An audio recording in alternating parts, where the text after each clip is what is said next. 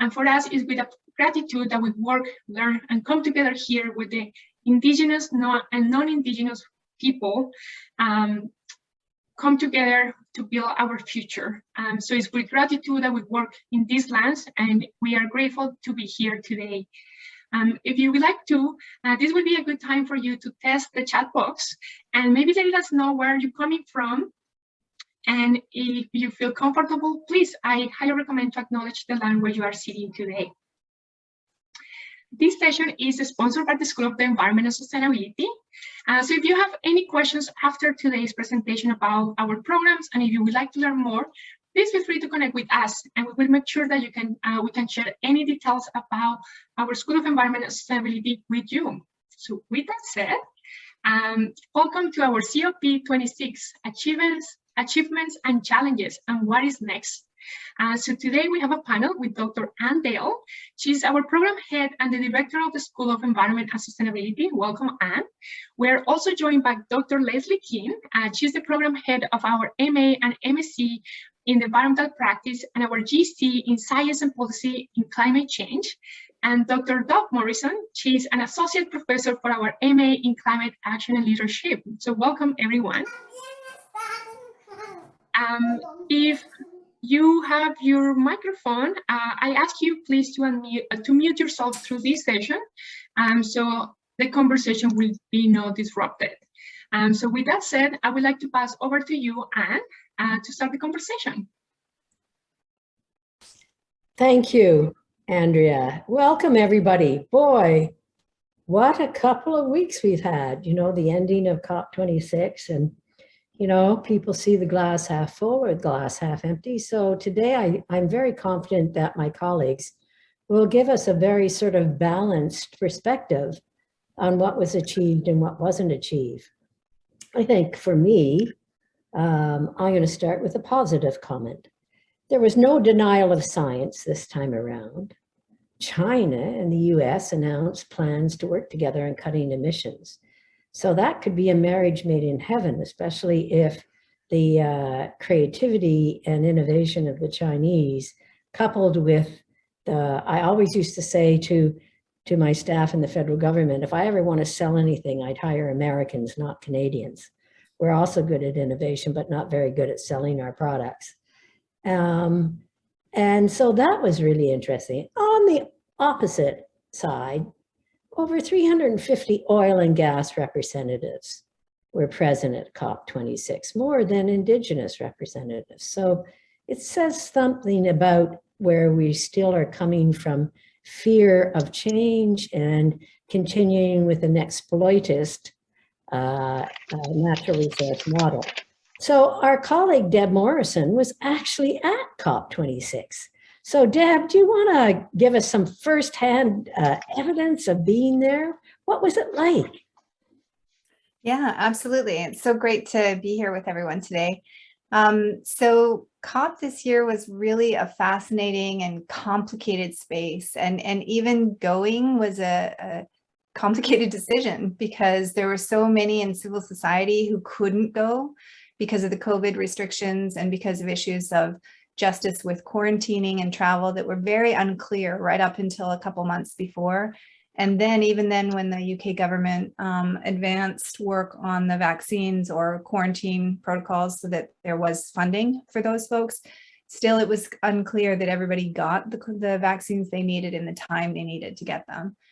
So that was a challenging environment to sort of enter into COP. But while we were there, we did decide to go because our work holds justice in the middle of the work on what was the Doha work program and is now the Glasgow work program for the Action for Climate Empowerment component. And we can get back to that in a minute. But so we really wanted to make sure that we held ground, given all the things you just mentioned, that we held some space for those conversations and push for that with the negotiation teams.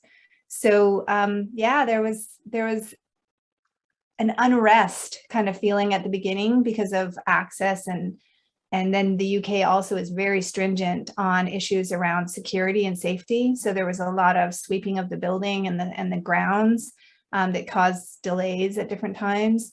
and difficulty, like very strict access onto the site. You had to be COVID tested every day and show a negative test to get onto the site. So, but even with all of those things in play, I think there was generally an upbeat sentiment when people started into their work. And then it kind of took a slow nosedive as things didn't pan out really the way that many were hoping. But having said that, I do think there are some excellent takeaways, maybe not from the party negotiations, but definitely from some of the civil society work that was done at the meeting. So Leslie, we had a pre-COVID Yes. discussion, and we talked about our hopes and dreams. So talking about recalling your hopes and dreams, what do you think now post-COVID? Yeah, okay. That means I have to recall my hopes and dreams from the last webinar. Sorry about that, but I will. Because one of my hopes and dreams was that we would finally recognize biodiversity and the Yes. connection between biodiversity and climate change. And I think we made some progress on that. Remember at our last webinar, I was probably the most optimistic of the speakers because I thought it was finally time when everyone recognized that we had to pull together, and especially at the international level. So I think with the forest agreement and the adaptation day last Monday, that biodiversity was recognized. However, I'm not sure we really got very far on that. And even the forest agreement was an old agreement. It was a pre-Paris agreement that was trotted out again to make it look like progress. But, you know, I'm still optimistic. I think that international work, the COP process, the UNFCCC process, is necessary, absolutely necessary, but probably insufficient. And I think for people who hyped COP26, saying it was a pivotal moment, it was a test of international cooperation, and all of that inflated rhetoric about the hopes for COP26, I think that obviously they were bound to be disappointed. But I think we can't rely on the international process for everything. And I think that if there was anything that came out of COP26, it was the recognition that while some progress was made, a lot of what we hoped for did not come to pass at COP26, but that we all have to work on this. I mean, even at the COPs now, we've got the leaders coming in and making all kinds of promises. We've got multilateral agreements and coalitions of the willing. They always really bother me because I can't understand why those coalitions can't include all the parties to COP. And we've got civil society. And in this case, the young people, the cities movement, the High Ambition Coalition, the Race to Zero, I mean, I could go on and on and on. The contribution of civil society was great. And everyone said, you know, keep 1.5 alive. And of course, it's on life support. We didn't keep it alive, but many people are saying we've kept the drive to 1.5 alive. But we have to remember that the Paris Agreement did not say that 1.5 was the goal. That was the aspirational goal. It was the hope, but they were aiming for 2. So now if we add up all the NDCs, we get possibly 2.5, 2.4. Yes. But instead of the 5-year global stock taking, we've agreed to come back in 1 year to strengthen those NDCs. And of course, that 2.5 or 2.4 is only if everybody actually fulfills their national contributions. So who knows if that will happen. Sorry, I'll stop there. No, Leslie, I think that's a really good point, though. Like the idea that there's a 1 year check-in, that's actually not normal. And No, so it like isn't. that 1 year check-in is critical, actually, because Yeah. it means that society globally has already ramped up a lot in the last few years. And if that pressure can be increased just that much more, and it's actually not between now and next November, it's between now and June. Yeah. Because June is when the SB meetings, the intersessional meetings happen, and most of the negotiations occur in June. This last year was weird, but that can be said for a lot of things. But like this coming year, they're scheduled for Bonn in June, or possibly Sweden. It's unclear, but that's where the negotiations will happen this year. A lot of them. Yeah. So I think we said, okay, don't relax. No, You have to come back and you have to have stronger NDCs. Mhm. And I think that's important because everyone talked about the global stock taking every 5 years, which was meant to be continuous improvement for climate action. But now we're recognizing that that's not good enough. We've got to come back after a year. Yeah, more accountability. Yep. Accountability was a big thing there too. And of course, accountability is not always agreed to by everyone. And in fact, in this COP, China vigorously resisted the accountability measures. So that's one of the pessimistic things, is that, you know, you always have countries dragging their feet. And the US certainly dragged their feet in several of these agreements. One of my disappointments was they agreed to, what was it? They changed the language, not to eliminate fossil yeah. subsidies. No, that phase down instead of phase out.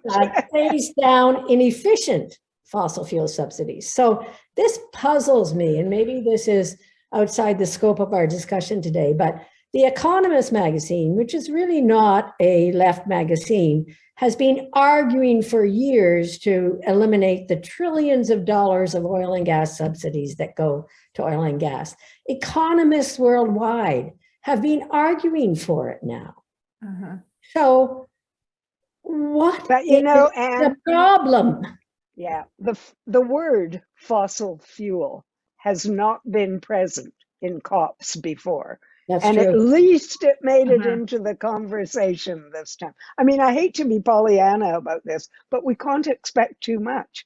And given that the words fossil fuels has entered into the COP process is a very good thing. We didn't do what we should have done, but it's there. Yeah, and I would add another thing too, like so I have both very high expectations and I'm very pragmatic about some of these processes. So like the Conference of Parties, which is COP, it has a process where people can veto. So like in this situation, Saudi Arabia, for instance, vetoed human rights out of the Glasgow work program. And so like that process means that any nation that's particularly vulnerable to any, piece of the work can kind of insert themselves and kibosh the negotiations.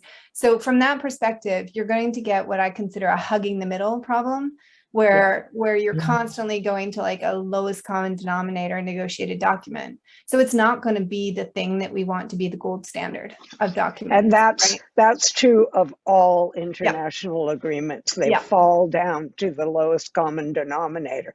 But the very fact that we've raised that lowest common denominator significantly, I think, is reason for hope, at least. Yes, absolutely. And I think the other aspect is that at this COP, because of what you said, Leslie, like the idea that fossil fuels is even in the conversation, that like the way the conversation is being pushed and moved by society at large, by different organizations, means that when we are in those negotiations, there are these gold standard nations. Like there are nations that are doing things, or subnational entities that are doing things that are wonderful and like need to be highlighted. And they are the cases that people are pointing at and saying, it can be done, look here.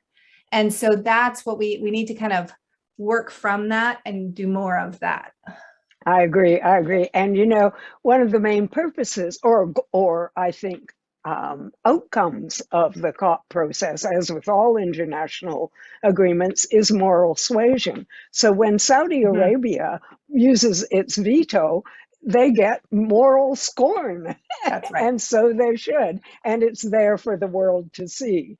And ditto for the US, you know. Sorry, I won't go on about the US, but but really they pick their moments. So Anne spoke about the phasing down of unabated coal. Well, Right. of course, the US, China, India, and Australia didn't sign on to that. And so, you know, that evokes criticism from the world, which helps us move farther, I think. And, you know, this year, 200 countries signed the Glasgow Agreement. It was only 196 in Paris. So, oh, yay, there's Robin. Excellent. So Robin, yeah, do you want to jump in? Carry on and I will catch up. Okay, so but as well as COP, which is brings an intense focal point to climate change adaptation and mitigation, we have incredible tipping points. And I wonder if you'd like to comment on that. For example, we have an unprecedented shift in capital allocation. Oil drillers are now paying 4 to 6 times as much for their money as renewable entrepreneurs due to divestment. Institutions that keep investing in fossil fuels now need to fear legal action as well. And there was quite a lot of, you know, Mark Carney was there, a former governor of the Bank of Canada and of England. So that's incredible. Yeah. And then, so you've got, on the one hand, it's done a lot. On the other hand, you've got, you know, Greta Thunberg, my hero, and the youth talking about more blah, blah, blah. But the necessity for civil society to put pressure on political decision makers to move forward. And then, unfortunately, in BC, just think of the tipping points of the wildfires, followed by the heat dome, and now the flooding due to an atmospheric river. And my heart is just breaking for the animals that died in Abbotsford.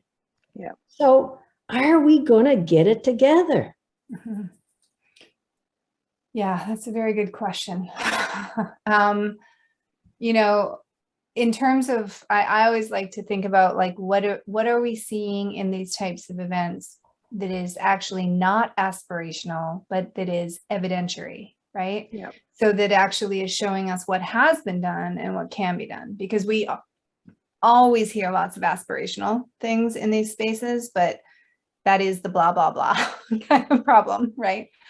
And so, so for instance, one of the things in our region of the world, I attended something, talk with the Pacific Coast Collaborative, which is BC, Washington, Oregon, and California. So these are the subnational efforts, and the folks were presenting not what they're going to do, but what they already have done and what they're learning across that collaborative to do more. And I was really deeply impressed with a lot of the work that's coming out of California and Washington State.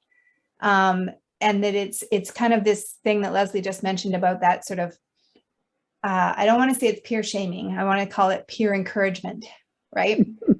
And so, because you have these networks of people who are peers in their spaces, and, you know, they can't say anymore that the policy moves or funding, like you're talking about, and like funding efforts, bringing funding online, they can't say anymore that can't be done, because there are plenty of examples in the world where it's happening and they're right next door. And so, you know, in BC here, we have a significant need to ramp up our own efforts, given the efforts of surrounding folks. And we can do a lot more. And maybe one last thing before we drop into others here is that funding issue. So I had at COP this year, I don't know how it happened, actually. I think it was one of those random associations. I got invited to a breakfast for the finance folks for Unilever and Sainsbury. I know, right? If you don't know who Unilever is, look it up. It's a super interesting case study. And so and there was like 30 people. It was a really small breakfast, and it was with Indigenous leaders, women across Africa, Unilever and Sainsbury, the Minister of the Department for Environment, Food and Rural Affairs of the UK, and a couple other folks. And I was the only academic there. And so it was a really fascinating environment because I just got a ton of time to talk to finance people. Like, there was just full of business and finance people. And these were finance people that were doing the right thing. They were moving the world in the right direction, and doing intentional investment and vertical integration of companies in ways that are shifting things, shifting requirements. And so I was really impressed with what I saw there. So Deb, Yeah. question based on that. One, I think somebody's asking you to put the name of the coalition that you mentioned in the chat room when you get a second. But those are the kinds of levers, those financial levers, those kinds of networks.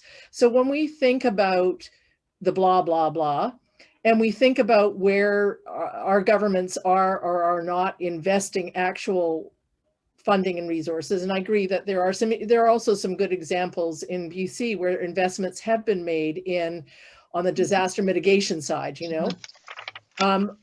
Not necessarily, I can't speak to how they're integrating climate and climate adaptation into their thinking, although I know they are doing that more and more. But where are those levers for people? Because we often hear, you know, it's like, what can people do? And I often say, well, you know, there's a role as a citizen in not just at elections, but across every day, all year, to be, you know, calling on our representatives to step up and fund. But, you know, what else would you say can happen in those spaces that people can have some hope that they can contribute to action? There are individual actions that people can take, but what we need is at that level. I mean, we need both, but we need absolutely at that level. Do you have any thoughts on that? Yeah, we absolutely need collective empowerment. Ilan Chambet and I are working on a paper on collective empowerment related to sustainability. He's from Potsdam, from ISS in Germany.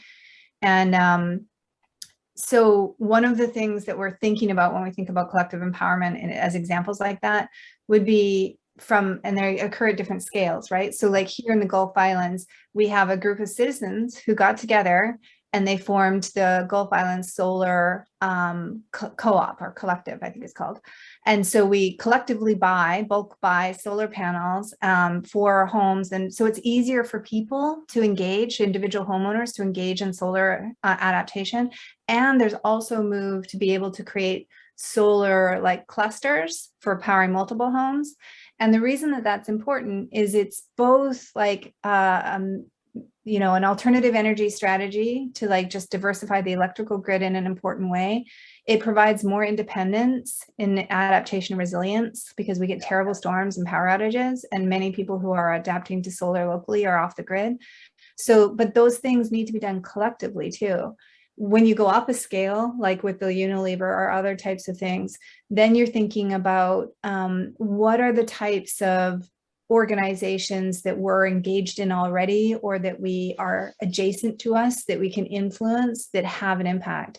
One of the big ones in this region, I would say, is alternative transportation pathways. You know, as a mitigation strategy, we have got to be thinking about radical differences for alternative adaptation strategies. The southern end of Vancouver Island, it's just atrocious that we don't have some type of train system or some type of like non-car like effort. So those would be the big ones. And so like efforts to like really get involved in organizations working on that and like pushing on every political lever we can, like those are important moves. I think they're important.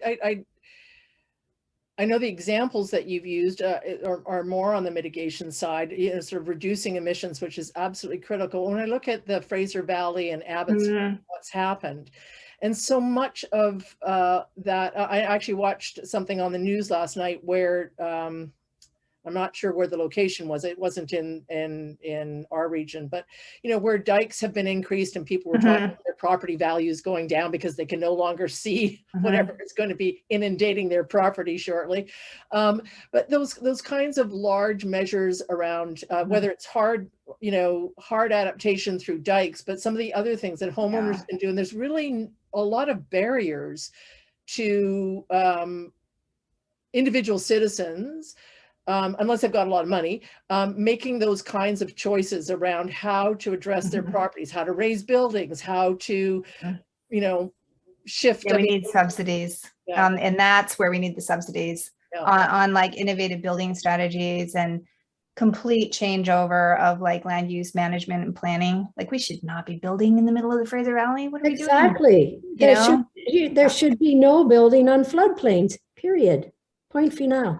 But we have a lot of buildings on floodplains, and of course that's one of our big agricultural centers. And we know that, there are and will continue to be more changes to building codes for new buildings. Less clear on what we do to retrofit a whole industry, for example, that is built in a previous lake. Right. And how we incentivize that and support industries, sectors, and individual, property owners, whether they're farm properties or individual properties, being able to understand what the risk is, understand what options they have, and then incentivize and support that, because retrofitting we know is more expensive than doing it in a new building. But that's the reality. We have a lot of infrastructure, whether it's public infrastructure, we have a lot of buildings, homes, whether not in the Fraser Valley, but when you think in our metro centers of how many condo buildings there are that have absolutely no, on the mitigation or the adaptation side, no funds to do it and no real incentive to do it. And that's where I spend a lot of time trying to think, like, what do we need to do collectively to shift that and support people? And we've got a great opportunity right now. I'm not saying the flood is an opportunity for everyone. It's a huge tragedy, but we now have an opportunity as we shift into recovery to do something differently. My neighbor, I live in Langford, and of course Langford is trying to pave over as much as they possibly can. And so my neighbor lost his house in the flooding. First of all, his trees went into the creek, then his deck went into the creek, and his house is now condemned and he can't live there. But, this is not a case of him building in a floodplain. It is, but not only a case of him building in the floodplain, but upstream, there's been so much development, so much impermeable surfaces that the water had nowhere to go. And we've also cut down all the trees that were stabilizing the banks. So, there's a huge shift in awareness needed, which is something that we've known for a long time, these feedback mechanisms. And Anne, you talked about tipping points. And these, of course, are severe tipping points. But Robin and Deb, you said something about the rich and the poor in the first world. But of course, one of the big gaps in COP26 was the gap between the rich countries and the poor countries. And the loss and damage provision, which is close to our hearts now because of all the damage in the flooding. Some small progress was made on that, but not nearly enough for the most affected peoples and areas. And that's where the 100 billion in finance came in too. And so these were, I think, two big failings of COP26, was that we're a long way from that 100 billion annually, a long way from compensating the people who are most damaged by climate change, and a long way to helping poor countries address climate change. Agreed. Agreed. There's a note in the chat I was just looking at from Patty, and I think this is absolutely true. I mean, this goes back to, well, I mean, it relates to the Fraser Valley. It's not focused on that, but this, you know, this idea of not building in floodplains. And her point is floodplains are rich terrains for growth. I mean, for farming, basically. I mean, that's why folks are there, right? With controllables. So are there, and Deb, I don't know if you know of any of these, or you know of examples, rather than say, okay, well, we can't build there, or we can't have food production there. That is where food production happens, of what we do in those contexts. And I don't know if in the coalition there's some examples in. Yeah, so some of the best examples actually are interestingly, Leslie, coming out of the South. So things, and so I put the link for ICAD in here, which is the International Center for Climate Change and Development. Much of the knowledge of how to handle floodplains exists in the world. But as North Americans, we're often too arrogant to like look south for that knowledge and understand that it's there. And it's not necessarily in engineering and technology solutions in the sense of like new technology.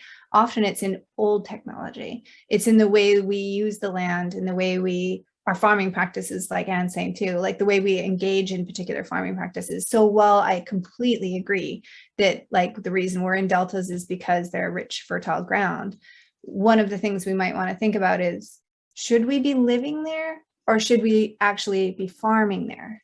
Right. And like, as we're like rebuilding back, like we really actually need to think that through. Yeah. Right. Because the age old tradition of like, this is the once in 100 years flood is not true anymore. No. And so like, we have to think differently about how we build back and not just build back the same in the same place. And that there are so many great, yes, right, Anne, the nature-based solutions. Like there's so much knowledge in Indigenous practices and histories in this space, and like in knowledge as a people who have been connected to place for a long time, just to know that these cycles happen, but that we actually need to think of them as the norm now and like plan accordingly. And so, and you know, to your point about the retrofitting design and collaboration, one of the biggest ways I think to do this in a way that's equitable is really working with all the stakeholders in a place, like in a collaborative design process, understanding and working and learning together so that people who are rebuilding actually understand why they need to rethink how they're rebuilding. And then like really thinking through impermeable surfaces, holistic approaches to the landscape, which is a real challenge given our private property issues. But like really that holistic approach to landscape is going to help us a lot. It's going to maintain forest areas, absorption areas for water, you know, like that kind of thing. And we're just not good at doing that in a Western model of parceling up the land into little pieces. And it's the same discussion with wildfires, which we had the previous webinar about a month ago on the wildfire recovery following the Lillooet fire. And again, you know, how we rebuild and recover and how we integrate in the consideration of climate into that rebuild, the enormous value and tragedy of how we have ignored Indigenous forest management practices, not even ignored them, but, you know, prevented them, and how we can learn from those in terms of how to manage forests, how to manage floodplains, and this whole shift that what you've said implies that I think is at the crux of this, which is these deep systemic changes, because the property model doesn't support, as you've just identified, it doesn't support these things, and yet here we are. We have to find some ways. I was listening to I don't know, again, sort of media coverage of the floods, and, you know, talking about the expense of adaptation. And it's like, well, you know, on a 5-to-1 return, adaptation done now is going to be way cheaper than what we are now facing, for example, with the floods in the Fraser Valley. I mean, that's going to be billions of dollars and enormous suffering and enormous time constraints. And, you know, we're already, you know, looking at another atmospheric river coming our way. So, you know, to a shift in culture that is more, as you've said, holistic, but also proactive, which we're also not very good at. Yeah, it's that proactive planning. Yeah, but I think we also need government leadership. So I just had the privilege of being on a doctoral committee from a student from the University of Toronto who just finished her dissertation on flooding case study in Alberta and another one in BC. Lo and behold, basic finding, policymakers do not learn from previous incidences. And apparently the BC government was warned over 10 years ago that they could experience an extreme flooding event. And so they're not listening, but most importantly, they're not learning.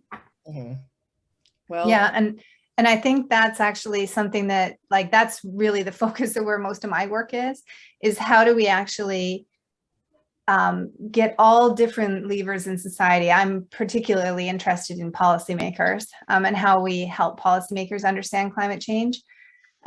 Because one of the things that I think we don't always understand about policymakers is that both high-level bureaucrats and elected officials are constantly rotating.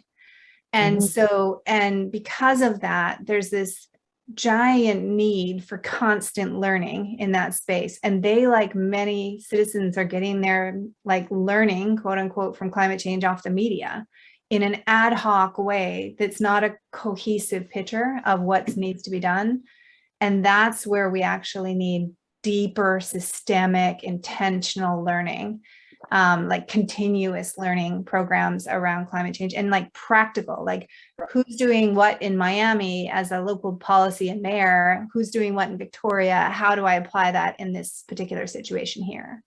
Well, and it's, I think a critical word, and you just said there were many, but sorry, Leslie, it's just that it's both politicians and the bureaucrats that work with them, because it's one thing to craft a policy, it has to then be funded.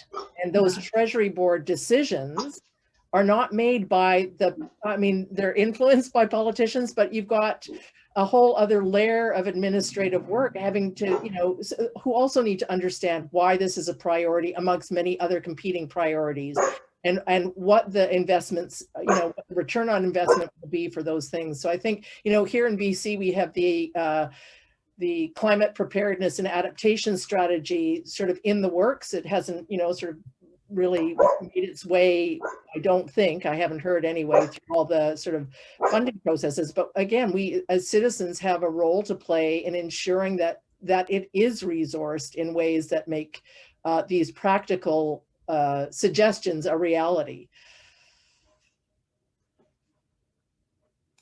And, you know, so much of it has been done. So I'm going to refer to something. I was part of a committee of 75 climate scientists from across the country, led by Catherine Potvin from McGill University, and Sustainable Canada Dialogues.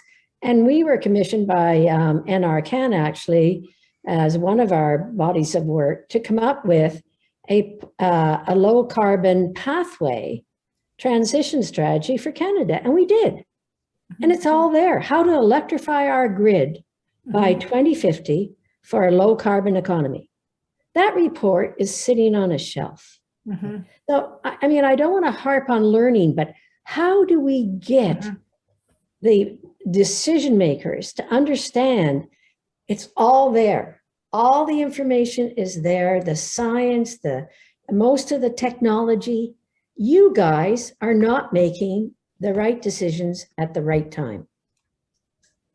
So one of my grad students did a master's thesis on how policymakers learn about climate issues. It was, I mean, I hate to say this, it was hilarious. I just couldn't believe the findings of this study. So nobody paid any attention whatsoever to academic reports, or even to policy reports or policy briefs. So they read the things they've always read, newspapers, whatever.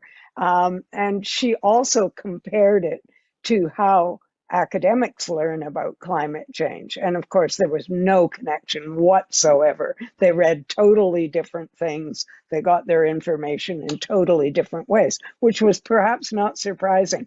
But what astonished me is how little the policymakers were actually learning about the dynamics of climate change. Yes, exactly. Agreed, Leslie. Yeah. And I think like one of the ways that we get at this, so I've been working with a group, a UN related thing called the SDG Publishers Compact.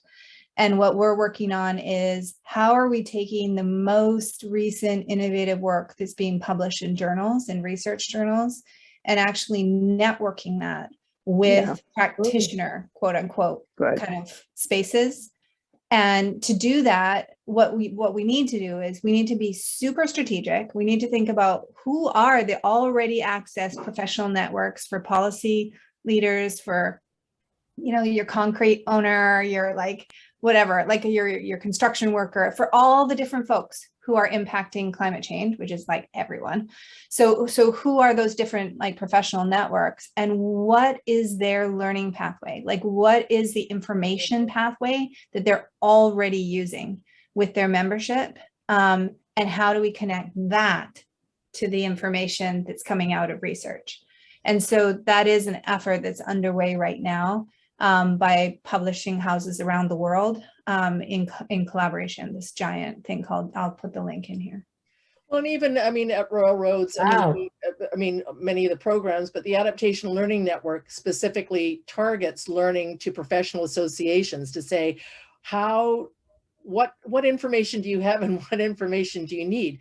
Again, one of the challenges is that that kind of learning is not always mandated, and where there is a mandate to do continuing professional development, it is not specifying always, or maybe even often, that that has to be around climate. And there's a disconnect between an understanding of the urgency of this learning and application of learning, so that it's not just another, well, you know, I could learn about you know, how to color concrete, or I could learn about climate change. It's like, no, you can still learn about coloring concrete, but you have to learn about this. You have to be able to integrate climate into the work that you do. And again, that sort of is that push-pull, isn't it? Because that again comes down to, you know, sort of regulations and how professions are regulated and what those expectations are. So I think there's some really, you know, I think these multiple pronged efforts to try and shift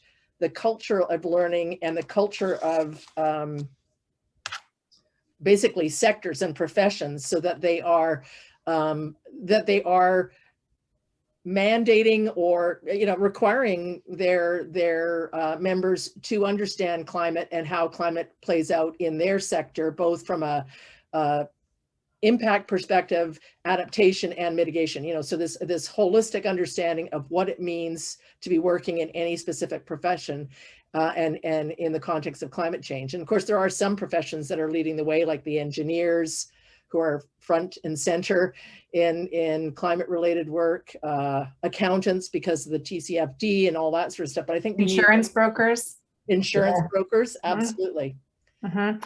You know, coming back to COP for a second, because I think it's really interesting related to this is, so the Glasgow work program is going forward. It's the next 10 years, and it's based on this idea of, in the original framework, there's something called Article 6, which basically said that to do all the stuff that we want to do, all the climate action that we want to do, we have to engage in education, training, public awareness, public access to information, public participation, and international cooperation. And so those 6 elements of what's called the Action for Climate Empowerment Program were hardwired into the original 1992 documents for the framework for Convention on Climate Change. And it was originally instigated with something called the Doha Work Program. Now it's the next 10 years is the Glasgow Work Program. And I threw the link in earlier in the chat.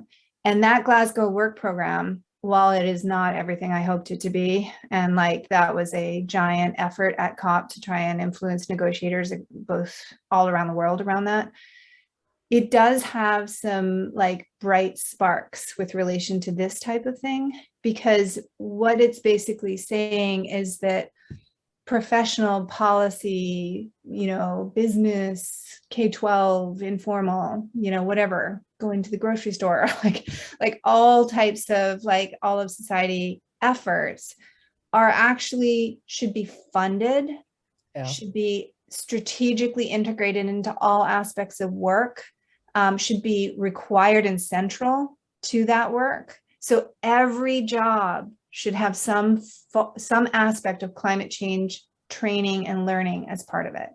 And if we were really to implement that, I'm not actually that optimistic we're going to get to that in the next 2 years, but I'm an aspirational person. Like if we actually did that, say we did that this year, just for a year, we every job was required to learn about climate change. Can you imagine how much we would change? 2.5 years or 3 years ago, I instigated a climate emergency motion in the Islands Trust.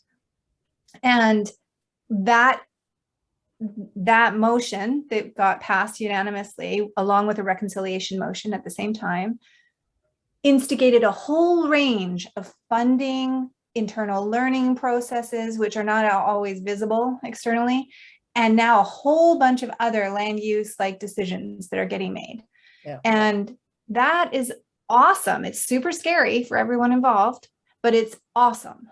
And, we'll see where that goes as the Trust Council comes up the next week or two. Yeah, I mean, in September, the Board of Governors of Royal Roads passed a university-wide climate action plan, and that ethos is built into that plan. Now, it still has to be implemented and resourced, always the challenge.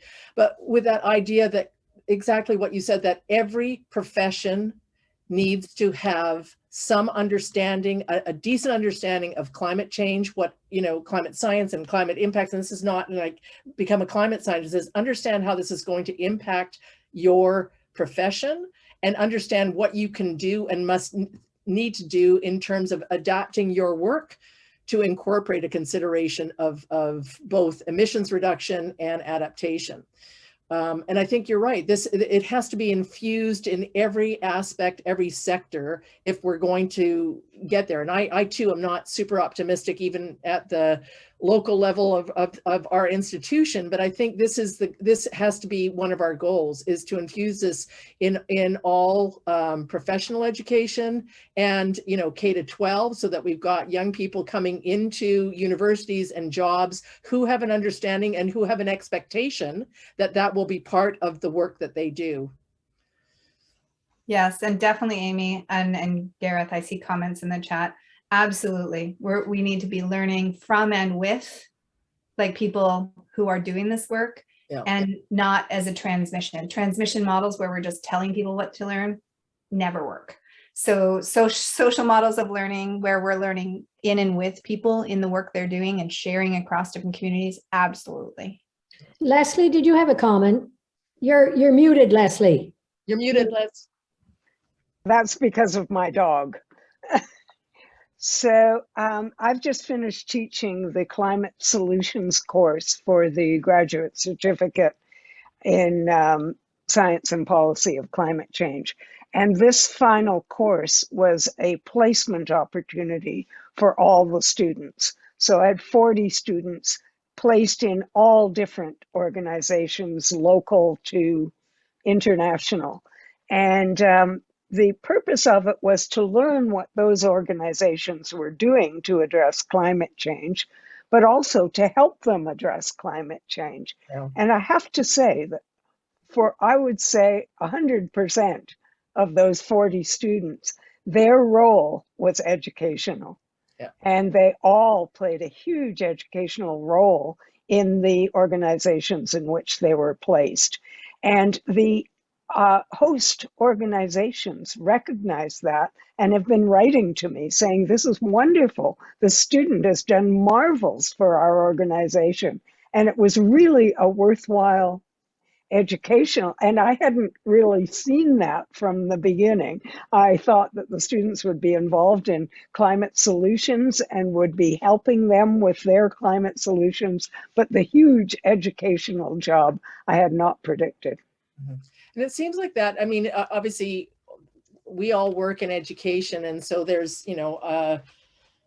bias there, I guess, but I think fundamentally when we talk about climate action and we look at COP or we look at any of these initiatives, that kind of awareness building and empowerment is the foundation for all of this. That whether it's formal learning, informal learning, lunch and learns, whatever, to make that kind of shift, that culture shift that we need requires that kind. And I agree with you, Deb. I mean, it is that social learning where you have peers, examples, and that sort of cross fertilization that can happen across disciplines and across sectors. And I think, and I know we have some of the students from the MA in Climate Action Leadership Program, and these are both, and the graduate certificate that you mentioned, Leslie, these are both great initiatives. Ultimately, in maybe some ideal world, we don't need either of those, because climate action and climate education is infused into every program, every sort of educational opportunity, and into every organization.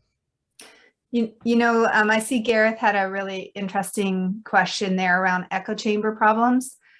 So we also need to think, as we expand the work in this space, there's a lot of different models, right, for how we influence society, social movement theory. And I ascribe to the context of working with adjacent folks. So I'm not interested in working with folks who are already committed to the work necessarily. Like, I help them lift their work, but they're doing it. So what I'm really interested in is people who are trying to do it, but don't know how. Like, how do we help them do their next step of the thing they need to do, right? And quite often what that is it's often a small lift. It's like a confidence boost, like helping people get their feet under them, of like understanding what it means to engage in climate work. What's some basic learning, like Anne was talking about earlier, what's some like basic climate science they need, and then building on like the one next step they can do, and then the two next step they can do, and like kind of building out from that. And who are they doing it with? Who are the folks in their space that they're working with that they can then like reach out and like be part of a collective to do that work? And some of that is, from what you just said, Robin, it's that the best innovations are coming when people who don't normally work together are working together. Absolutely. So like you're doing a place-based collaboration where maybe you have a community organization, a government agency, an indigenous First Nation or organization, and or business partner, and you're working collectively to solve some like scaled problem in place.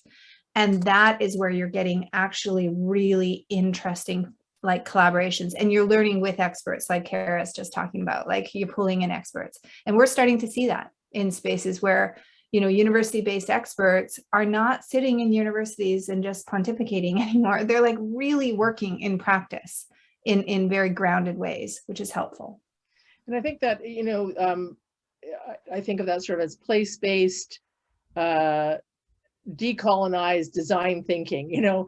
It's that coming together of these multiple perspectives, as you say, where that creativity happens and new ideas are generated. And I think that also needs to be part of what we support people understanding how to do. It's not rocket science. And then sort of supporting their empowerment to do that, to take that kind of thing on at whatever level and on it for whatever project is important to them, because that sort of motivation carries through some of those difficult edges. But when people come together and use different, either professional specific language or just bring in different values, different orientations, but coming together on a project that is meaningful to everyone, and where the benefits can be seen to accrue to everyone. Lawrence also put in an example, and it's near to my heart, of that in adolescents, training adolescents, or inviting adolescents to become environmental care ambassadors. This is with the Builders Africa Initiative, and I think this is again that sort of working with young people who are going to, it's not to dump it all on them, but to support and empower. They've got great ideas, but support and empower and resource and network with them is a huge capacity multiplier for society.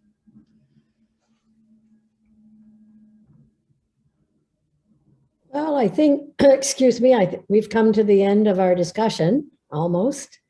I'd like to thank each and every one of you for a rousing discussion. We could probably continue on. And a question that puzzles me and something that my research team thinks a lot about is how do we support the youth movement? And how do we connect the dots between so many groups and organizations that are working so hard and so diligently? So maybe that could be another conversation at another time.